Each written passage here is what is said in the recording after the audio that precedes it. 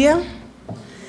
É uma alegria esse convite, esse fomento de reflexões e, principalmente, de ações. E, quando juntos, com certeza, nos fortalecemos, pensamos melhor e, principalmente, agimos melhor, não é isso? Eu faço parte da Associação Palas Atena e da PUC, no Núcleo de Pesquisas de Psicologia Clínica, numa iniciativa de buscar uma aproximação do que fosse o fomento de uma cultura de paz, e a gente também, onde está a Miriam, nós também gostamos de pensar numa cultura de paz que está apoiada numa cultura de convivência, numa cultura de educação de valores e da prática de ações não violentas. Isso é muito importante. Eu acho que eu fiz alguma coisa aqui, gente. Tá. O que eu vou trazer para vocês hoje é um recorte de uma pesquisa que nós acabamos de concluir recentemente, e esse aqui é o projeto piloto dessa pesquisa. A ideia foi fazer uma pergunta apenas, inspiradora, não é? Uma pergunta que pudesse nortear reflexões de adolescentes de ensino médio de uma escola pública. Foi quase despretensioso, porque nós fizemos, numa folhinha de papel, essa pergunta: o que te preocupa? E especificando que situações de vida, emoções, comportamentos você observa em você ou no outro, em seus colegas, e que isso te preocupa. Era uma resposta anônima, numa manhã de um dia qualquer, não é? E foi uma surpresa, porque os alunos se dedicaram a essa resposta de uma maneira extremamente profunda. E foram ouvidos aproximadamente de 85 a 90 alunos. Com essa informação, nós começamos a organizar uma pesquisa que se seguiria. Para nossa surpresa, as respostas, então, vieram de enxurrada, se referindo a questões de gênero, evidentemente, práticas de automutilação de maneira recorrente, ideações suicidas, preocupações em relação ao futuro, sem dúvida, o que eu poderia estudar, mas, principalmente, a noção de que estavam frente a uma incerteza de futuro. Isso ficou muito gritante nessa pesquisa, nesse projeto exploratório inicial. Um futuro incerto, e isso nos abala, não é? Vamos pensar, levanta a mão, quem gostaria de ter a sensação contínua de uma incerteza? Ou vou fazer a pergunta diferente: quem se sente melhor quando está mais otimista em relação ao futuro? Se a gente pudesse levantar a mão agora, quem se sente melhor se pudesse ter uma perspectiva mais otimista de futuro? Levanta a mão, vamos ver se dá resultado. Né? Dá uma olhada, segura e dá uma olhada. Não é? A noção da incerteza, ela vai gerando pactos de convivência muitas vezes perniciosos. E o que a gente foi percebendo, uma desmotivação, uma falta de interesse, relatos muito verdadeiros e profundos a respeito da realidade de convivência do sujeito consigo mesmo, com seus pares e família. Então, aqui é um breve resumo do que foi levantado nessa pesquisa inicial, nesse estudo exploratório. Não é? Então, afetos relativos ao eu, muito enfatizando a dimensão da solidão, dos estados depressivos, e eles se autodiagnosticando, né, com depressões. Muito surpreendente que foi pouco referido o uso de drogas e mais as questões afetivas.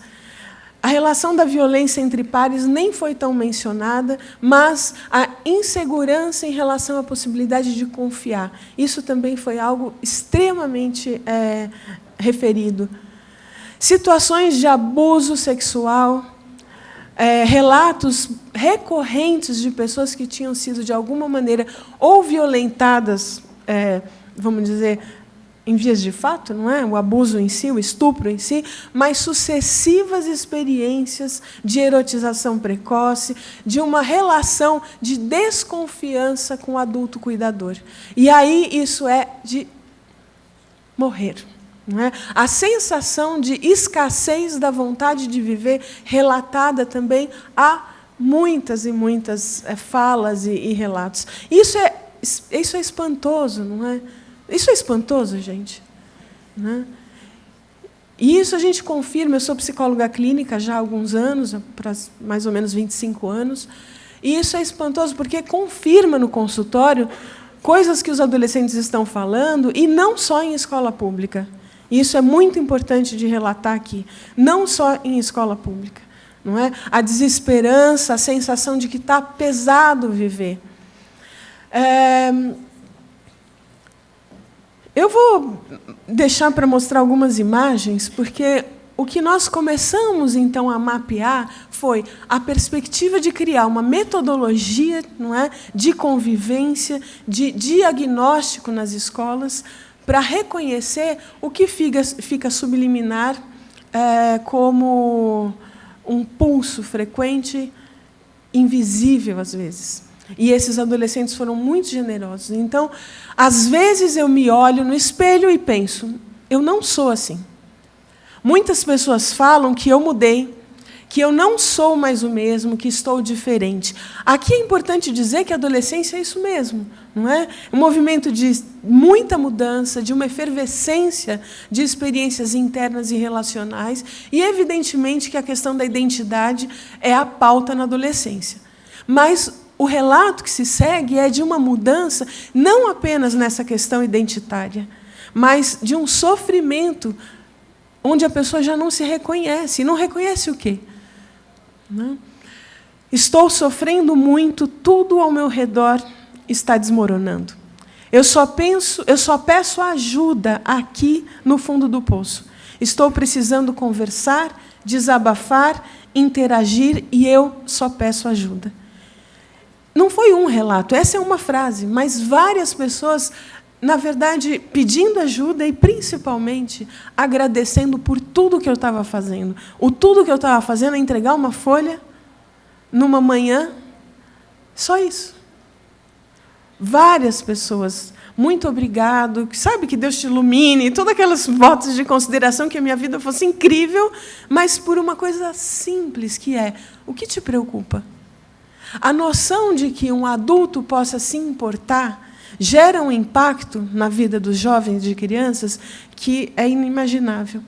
Não é? Esse desenho ele foi realizado por uma menina pequena, num projeto que nós tínhamos, isso acho que em 99, se não me engano, isso, não é? E a garota, a ideia era muito simples, construir uma casa para depois a gente inserir num grande painel, para falar de comunidade, então, quem eu sou, onde eu estou e o que visualizamos enquanto futuro. A ideia era essa, simples. E essa menina, então, recortou a casinha dela e, distraidamente, ou seja, né, o movimento do inconsciente dela foi fazer o quê? Foi picotar a casa inteira. E, quando ela se deu conta do que ela fez, ela veio com a casinha na mão e me perguntou, o que eu faço? Ela não sabia mais colar a casa dela no papel. Isso parece simples, corriqueiro, isso muitas vezes fica invisível na realidade escolar. Mas essa menina ficou sem saber o que fazer. E um garoto imediatamente disse, eu ajudo, calma. E eles começaram a dimensionar no papel a reconstrução dessa casa. Agora, observem embaixo do telhado o rostinho dessa menina. E ela dizia, essa sou eu olhando pela janela. Mas uma casa que já não se consegue, o jovem, o adolescente, a criança, não vai conseguir sozinho e por recursos próprios restituir um tecido que é psíquico e é social, que está esgarçado. Então, esse desmoronamento, nessa pequena intervenção que foi feita como prenúncio de um estudo exploratório bem complexo e grande que nós fizemos, não é? Apontou situações que, embora não tenhamos aferido trauma, nenhum instrumento foi utilizado para aferir traumas, as respostas elas denunciaram aspectos absolutamente importantes que ficam submersos nas realidades e a gente precisa trazer à tona com muita delicadeza. Com muita delicadeza. Então, o que me vem preocupar, o que te preocupa? O que vem me preocupar são coisas do passado que ainda vivem no meu presente, coisas assombrosas. Assombro é muito importante. Reconhecer que essas palavras traduzem sentimentos profundos, humanos que estão habitando o coração e as mentes de cada um de nós aqui. O que vem me assombrar é o passado que interfere na minha vida sentimental, emocional e, eu diria, social. Ao estarmos frente a um adolescente, uma criança, nós estamos frente ao desenvolvimento. Como é que a vida vai se desdobrar e que ajuda nós podemos oferecer para apoiarmos o desenvolvimento do humano? É isso que está em questão. Quando a Miriam aponta a necessidade de metodologias e práticas de convivência, nós, na Palas Atenas, fazemos isso há anos, e na PUC também, no Núcleo de Pesquisas de Psicologia Clínica, imaginando como é possível conviver de uma maneira ética, respeitosa, pacífica, com princípios de alteridade. Então, meu tempo deve ter acabado. Olhem em volta, por favor.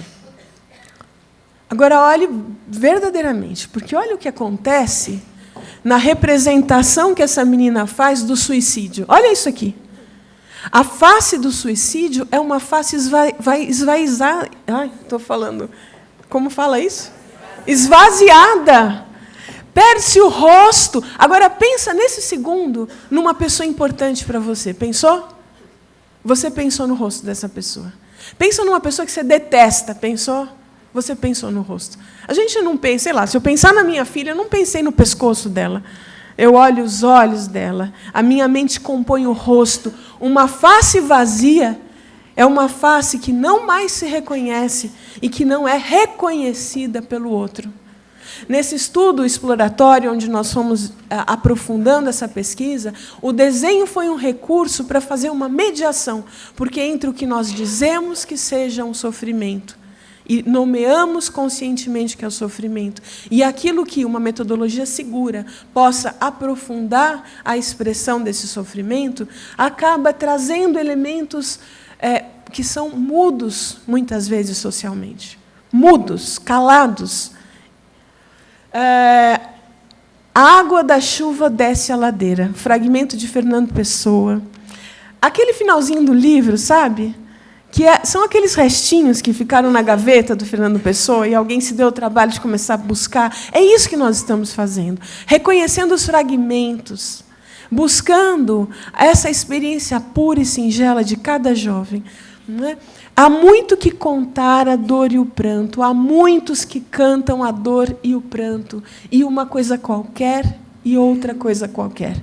A face de um choro vermelho, de um choro de sangue, de uma menina que posteriormente relata processos de automutilação, ideação suicida e tentativas de suicídio, graças a Deus, fracassadas. Quando a Miriam conta, o professor recebeu o kit automutilação, foi dado, através de um programa e de um processo, a chance desses jovens entregarem esse kit.